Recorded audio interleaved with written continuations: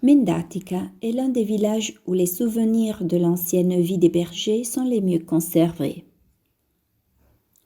Il arrivait souvent que des familles se réunissent autour d'une personne qui avait étudié dans un couvent ou qui avait reçu une bonne éducation. Et le soir, on parlait de tout.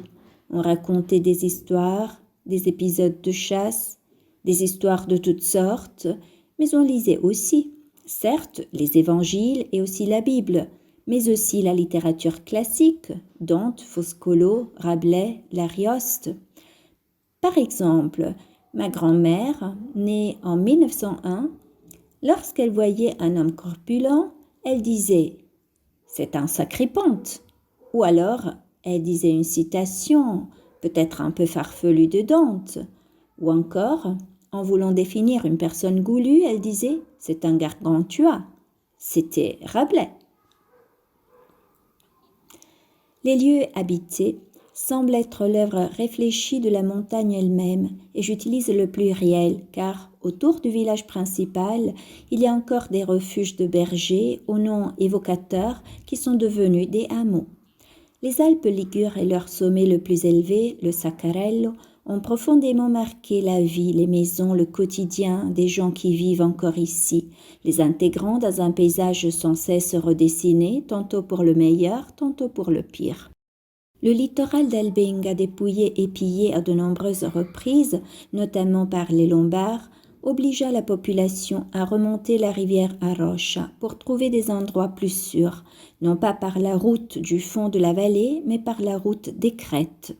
Vers l'an 1000, les habitants qui avaient fui réussirent à trouver l'endroit où se situe Mendatica et à construire la première maison encore appelée Capaterna, et puis celle des anciens autochtones, nommée Ca dei Natali. Le sentiment de communauté marque donc profondément ces populations, et l'importance de ce sentiment se retrouve à la fois dans l'obstination avec laquelle l'ancien rituel de la transhumance est ici perpétué, accompagné des plats presque magiques de la cuisine blanche, mais aussi dans les légendes locales. Une autre figure légendaire qui existe en Ligurie et dans le Bas-Piémont.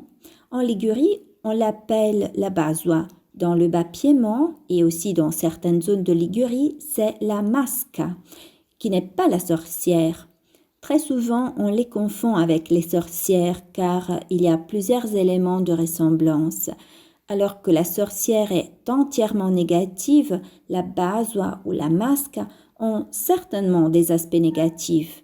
Elles sont effrayantes, il faut les fuir, elles peuvent être dangereuses pour les naissances, pour les enfants, elles ont la capacité de se transformer, de prendre l'apparence d'animaux, mais elles ont aussi des pouvoirs magiques.